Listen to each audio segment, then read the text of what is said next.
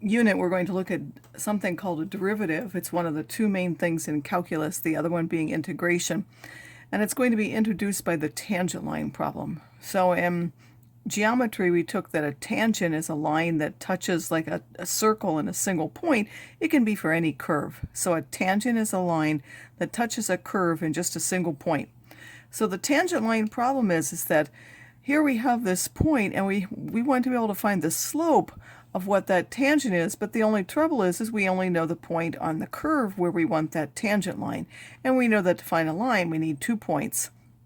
So we're going to start instead by moving out some amount from the point we want, delta x, finding that point on the curve, and then we're going to find the slope of that line. And then as we let this point get closer and closer, it should be coming close to the tangent of this line.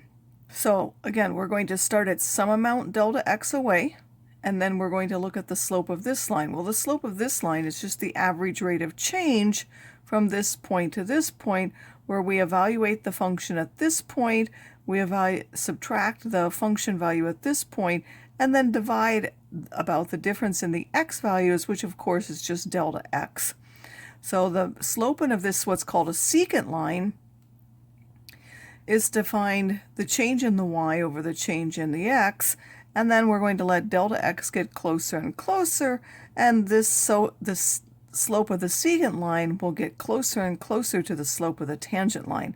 So in fact, the definition of the tangent line is that if we take an interval containing c, and then we find the change in the y over the change in x, and we let delta x go to 0, then that will be the slope m, which is the limit of that. And that's going to be the slope of our tangent line.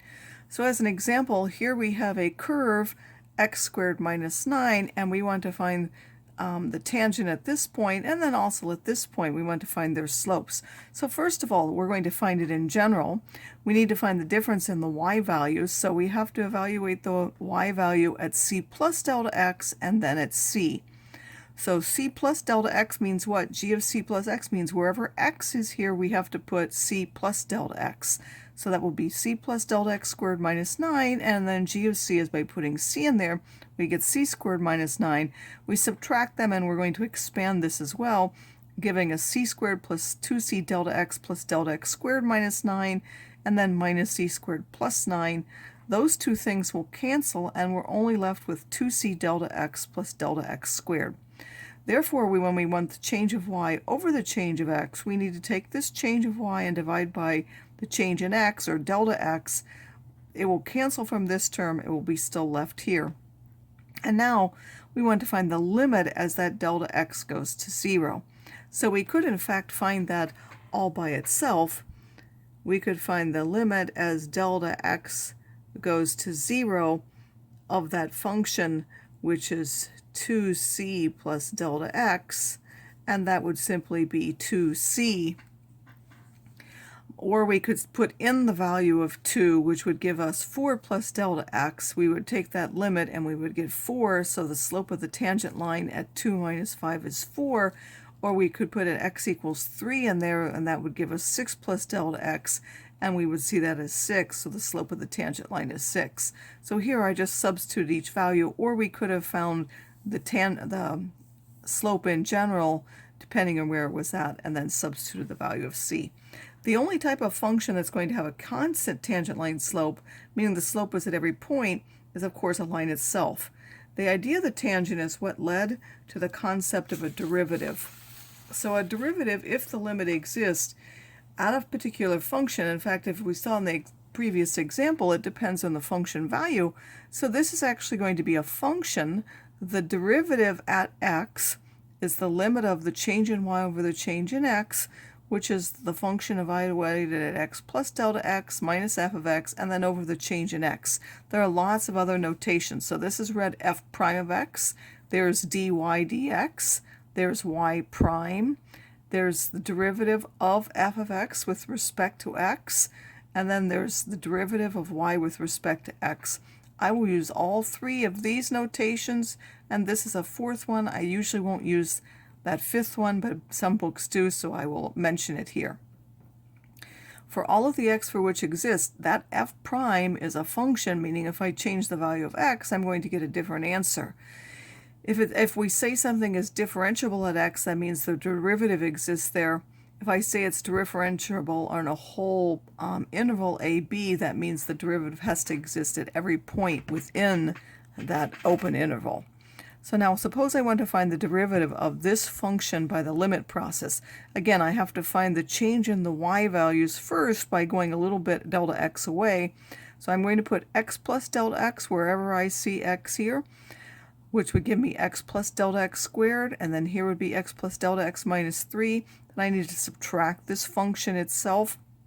When I do that and cancel the terms, I get 2x delta x plus delta x squared plus delta x. To find the derivative now, I need to take the limit of this, the change in the y, and divide by the change in x. So when I put that change in y over the change in x, I get 2x plus delta x plus 1 because that delta x cancels. And then, of course, since this is going to 0, I will be left with 2x plus 1. So the derivative of this function is 2x plus 1. So here I've used two of the notations. I can write f prime of x as that, or I can write the derivative and put the specific function that there was of d of x is 2x plus 1. Another example is here. We want to do it by the limit process. Again, we need to find the change in the y values. You're going to put x plus delta x wherever the x is, so that will go in the denominator minus this. Then we need to get a common denominator to combine those into 1. That's the easiest thing to do. So I would multiply this one by x minus 1 and this one by x plus delta x minus 1 on the top and the bottom. And when I simplify that, the x minus 1's cancel, so I end up with only a minus delta x. And then I'm going to divide that by delta x, so that will actually cancel, and I'll have minus 1 on the bottom of that. And then delta x is going to 0, so that will disappear, and I'll simply get minus 1 over x minus 1 squared. So the derivative of 1 over x minus 1 with respect to x is minus 1 over x minus 1 squared. We can also want to know what that means graphically. So, of course, the derivative is now the slope of the curve at a particular point. So since this is a line, it has a constant slope, so it will have a constant derivative. The only picture with a constant function is b. If I have number 2, this has a negative slope here. The tangent would have a positive slope here, so I need one with a negative positive.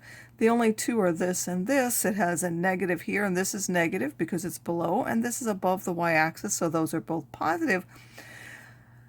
That would be these two functions, but this one, the absolute value is a constant slope, so that would be this particular one.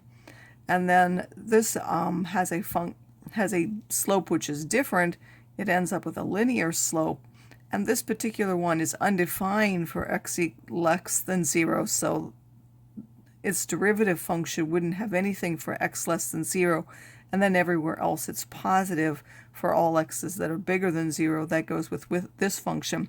One thing I will mention is that in general, if you have a quadratic, its derivative will be a linear function. If you have a linear function, it will be a constant function, and the power will go down by 1. So if you have a cubic function, it will have a squared function. If you have a 4th degree polynomial, it would have a cubic function, and so on. That's for polynomials.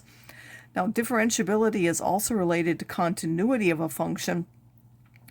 So if you look at the alternative definition, the derivative at a point C is, again, this is just the change in the y's over the change in the x, but now instead of going an x plus delta x, I'm actually going, I want a point C, I go over to some point x, and then I let x get closer to c. That's equivalent definition to that. It's an alternative form. Again, we've seen that before as the secant slope as well.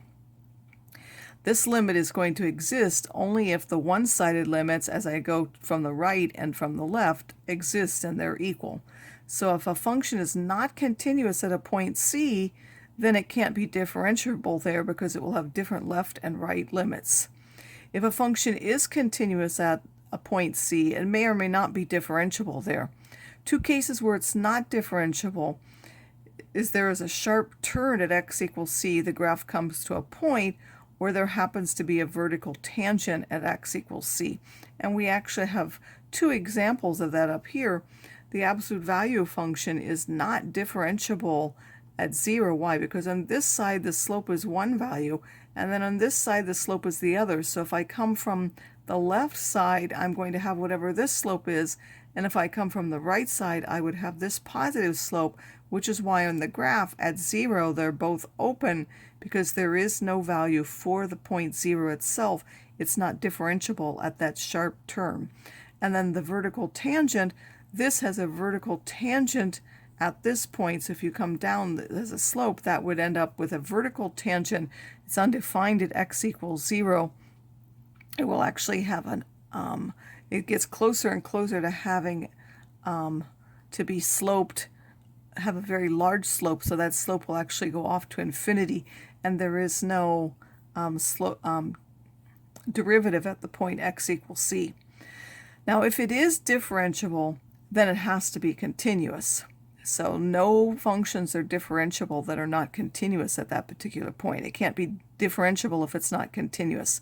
So let's look at recall those things again. If it's differentiable at a point, it has to be continuous at that point. So that's a necessary condition. If it's continuous, it may or may not be differentiable. But if it's not continuous, then it's not differentiable. So if we look at graphs and state at which f of x is not differentiable, this is not differentiable at -1 because it's not continuous at that point. Here in the second one, it's not going to be continuous at -3 or 3 because there are sharp turns there. For this particular point, again, it can't be at 3, there's a sharp turn. Here there are vertical tangents there, so there cannot be a derivative at -2 or 2 because it's discontinuous there. Here there would be a vertical tangent at 1, so there won't be a derivative at that point. And here at 0, again, there's a discontinuity, so there will not be a derivative at that point.